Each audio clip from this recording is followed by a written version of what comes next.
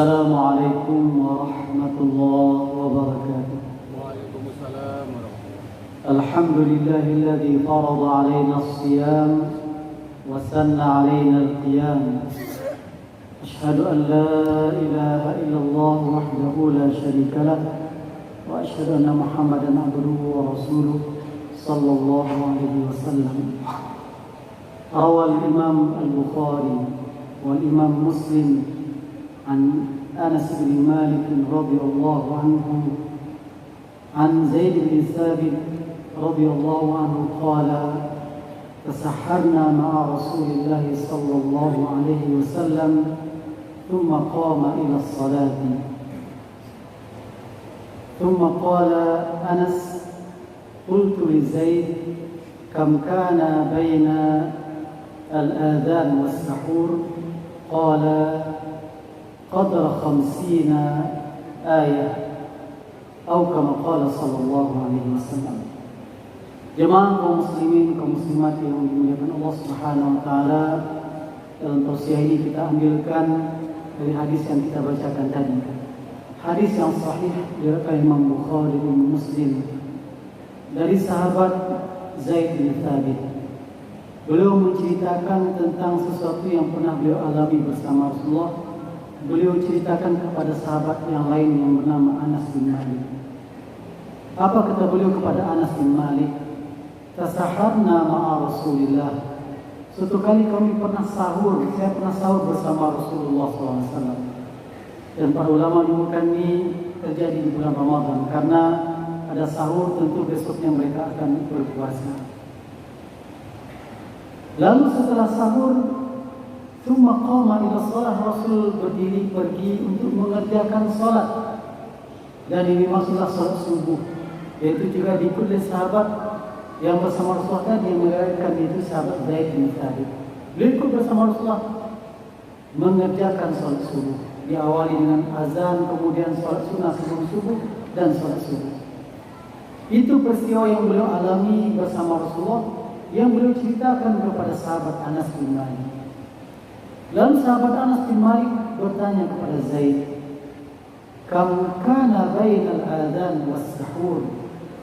Berapa lama lebih kurang jarak waktu antara azan subuh dengan sahur engkau bersama Rasulullah? Lalu apa jawaban sahabat Zaid? Qadra 50 raka'ah. Lebih kurang jarak waktunya itu sekira-kira seseorang membaca 50 ayat yang tidak panjang, tidak terlalu panjang dan tidak juga terlalu pendek.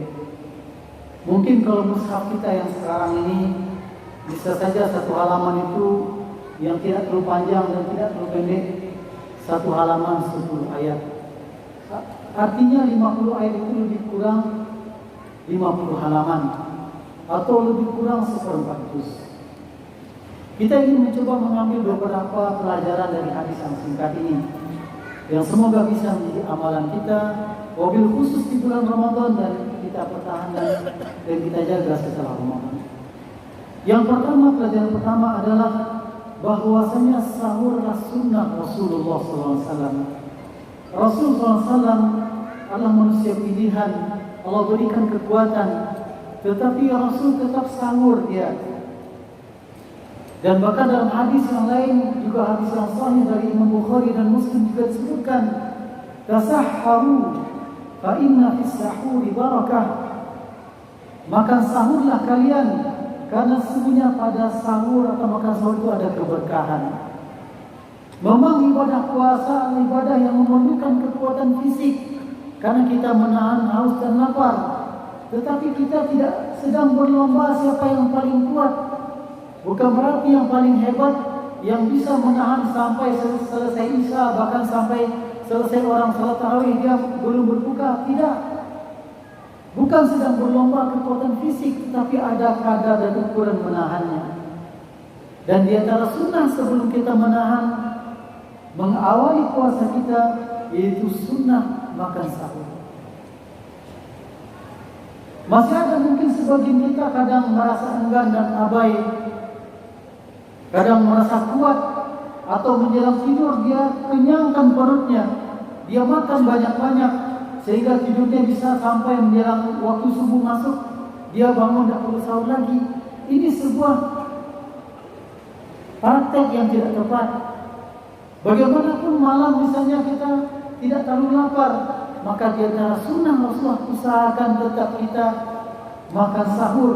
Walaupun sekedar kita minum misalnya, sekedar memakan beberapa suap nasi atau mungkin beberapa butir kurma, karena perbuatan sahur itu ada keberkahan di sana. Fa inna fis sahuri barakah, karena sebenarnya pada sahur itu ada keberkahan. Paling tidak ada dua keberkahan yang kita dapat ketika kita makan sahur. Yang pertama, keberkahan ittiba'us sunnati Rasulullah, itu keberkahan mengikuti sunnah Rasulullah. Dan yang paling agung sebetulnya ketika kita mencontoh ibadah Rasulullah, maka itu jauh lebih utama, lebih besar keberkahannya. Dan yang kedua, menurut ulama itu keberkahan secara fisik.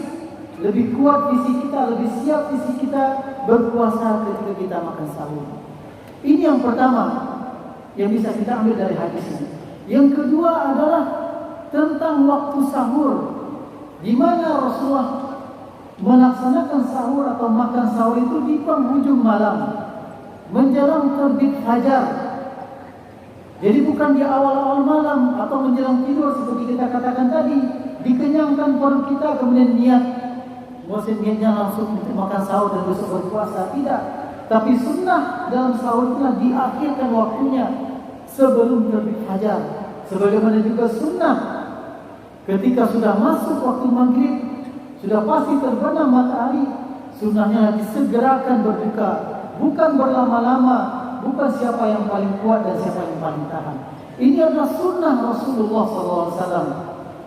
Dan itu yang dijelaskan oleh sahabat Zaid yang mendampingi Rasulullah. Setelah kami makan sahur bersama Rasulullah, tidak lama setelah itu kami pergi ke masjid itu mengerjakan sholat. Ini yang kedua pelajaran yang bisa kita ambil dari hadis ini.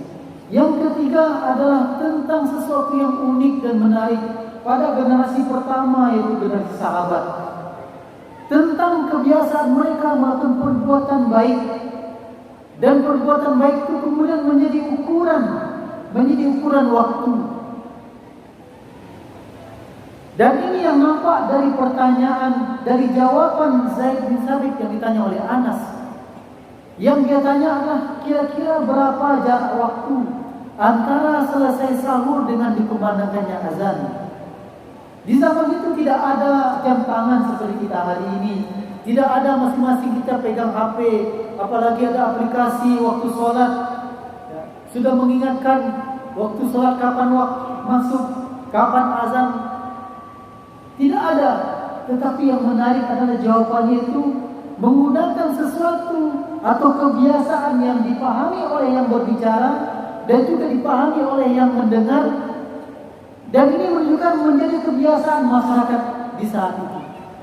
Ketika ditanya berapa durasi waktu antara selesai makan sahur dengan azan, jawabannya adalah qadra 50 ayat, sekira-kira membaca 50 ayat.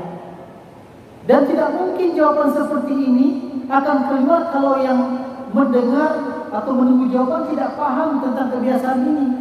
Sebagaimana juga tidak mungkin yang menjawab akan memberikan jawaban seperti ini kalau tidak menjadi kebiasaan di tengah masyarakat itu. Maka tentu kita berharap Ramadan merupakan syahrul Quran, dan kita melihat bagaimana peningkatan interaksi kita dengan Al-Quran. Yang tidak biasa membaca Al-Quran kemudian datang Ramadan mulai membaca Al-Quran. Yang terbiasa membaca Al-Quran meningkatkan bacaannya. Dan kita berharap nanti ketika ada orang bertanya tentang waktu, maka mungkin saja jawabannya sudah berapa lama menunggu. Sekira-kira saya sudah membaca 3 halaman atau 4 halaman. Atau mungkin yang membiasakan dia bertasbih misalnya, ketika ditanya sudah 3 putaran tasbih, dia membaca subhanallah misalnya. Sungguh menarik sekali kalau seandainya waktu-waktu kita terisi dengan aktivitas kebaikan ini. Dan tentu jawaban seperti itu akan muncul ketika perbuatannya sudah menjadi kebiasaan, sehingga dipahami oleh semua. Sebagaimana kita menemukan di tengah masyarakat kita misalnya, ketika ada yang bertanya sudah berapa lama menunggu, jawabannya lebih 3 batang rokok. Kenapa itu jawabannya? Karena itu yang terbiasa dilakukan, yang dipahami oleh yang berbicara, yang dipahami juga oleh yang diajak berbicara. Maka mari kita rubah. Mungkin ada jawaban lain. Sudah mendengar sekian lagu misalnya, tentu ini kebiasaan-kebiasaan yang tidak bermanfaat. Masih ada cara lain kita menggunakan nikmat yang Allah berikan berupa waktu dan kesempatan dengan amalan-amalan yang ringan, insya-Allah mudah. Membaca tasbih tidak berat, membaca tahmid tidak berat, membaca takbir tidak berat kalau tidak ada mushaf di tangan kita, membaca istighfar tidak berat. Ada saatnya kita menunggu, kita sedang memanggil Grab misalnya atau layanan online lainnya, kita menunggu sekian menit, kita manfaatkan dengan membasahi lisan kita dengan kalimat-kalimat thayyibah. Dan itu ringan dan mudah, dan ketika menjadi kebiasaan maka insya Allah akan memberikan keberkahan kepada hidup kita, kepada keluarga kita, kepada masyarakat kita. Inilah 3 pelajaran bisa kita ambil dari hadis yang singkat yang dialami oleh sahabat Zaid bin Thabit yang diceritakan kepada sahabat yang lain. Semoga ini juga mampu kita tiru dan kita amalkan dalam kehidupan kita ini. Aqul qouli hadza wa astaghfirullah li wa lakum wa li sa'iril muslimin wal muslimat. Wassalamu alaikum warahmatullahi wabarakatuh. Allahu akbar, Allahu akbar. Asyhadu an la ilaha illallah. Asyhadu anna Muhammadar Rasulullah. Hayya 'alas salati, hayya 'alal falah. Qad qamatis salatu, qad qamatis salah. Allahu akbar, Allahu akbar. La